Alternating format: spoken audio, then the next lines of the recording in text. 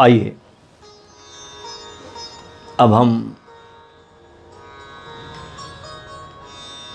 इस ध्यान में प्रवेश करते हैं।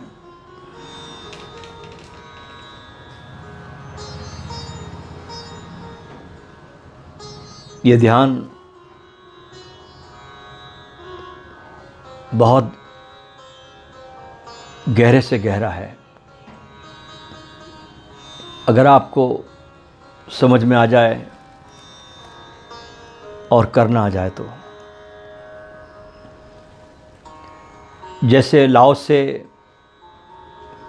की परंपरा में जो नासाग्र दृष्टि ध्यान है, जो कानो कान कहा गया है, इसका किसी ग्रंथ में उल्लेख नहीं मिलता, ऐसे ही ये ध्यान भी है।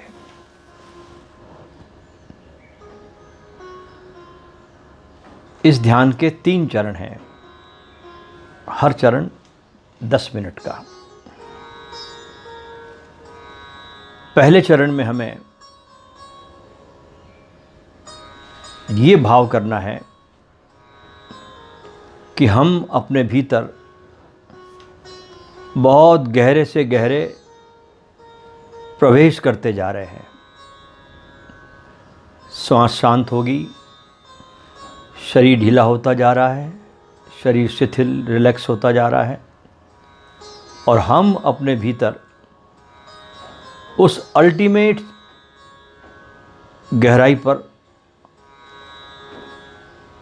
प्रवेश करते जा रहे हैं, उसमें बैठते जा रहे हैं।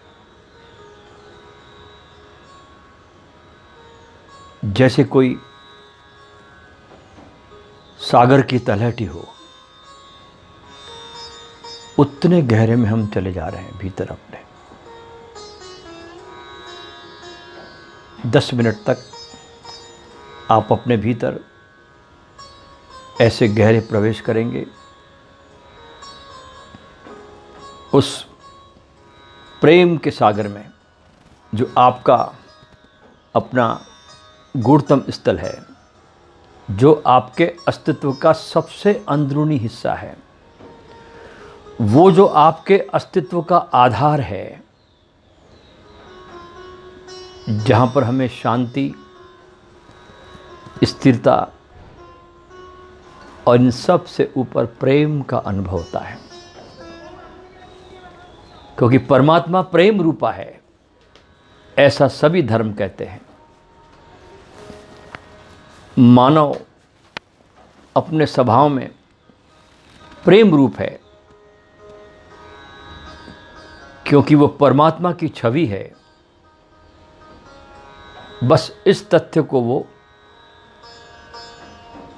भुला बैठा है।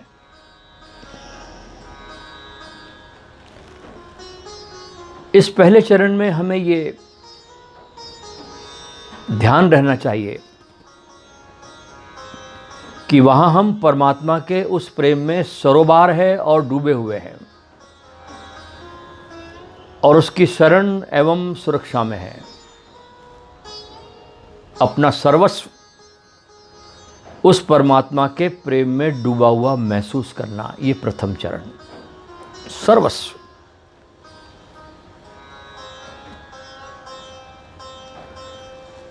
उस परमपिता परमात्मा के प्रेम में हम भीतर डूबते जा रहे हैं। श्वास शांत होती जा रही है, शरीर शांत होता जा रहा है और मैं उस परमपिता परमात्मा के प्रेम में भीतर डूबता ही डूबता जा रहा हूँ। दूसरा चरण जो करेंगे, जैसे हम शांत होने लगते हैं तो हम पाते हैं कि हमारे भीतर मन में बहुत विचार उठने लगते हैं, उसकी तरंगें दिखाई देने लगती है। पुरानी स्मृतियाँ, पुराने दृश्य सामने आने लगते हैं, विचार चलने लगते हैं।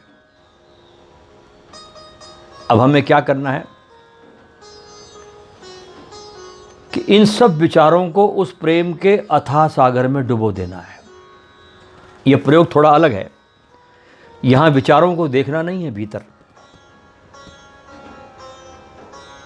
प्रेम के दरिया में इन विचारों को डुबा देना है,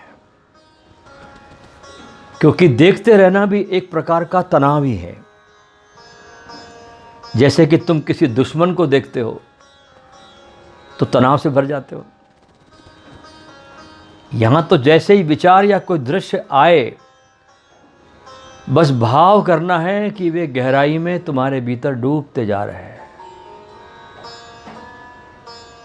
और परमात्मा के प्रेम के समुद्र में डूबते जा रहे हैं, खोते जा रहे हैं।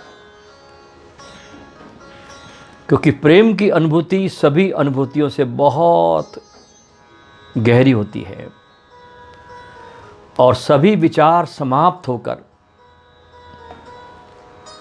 प्रेम की अनुभूति में डूब जाएंगे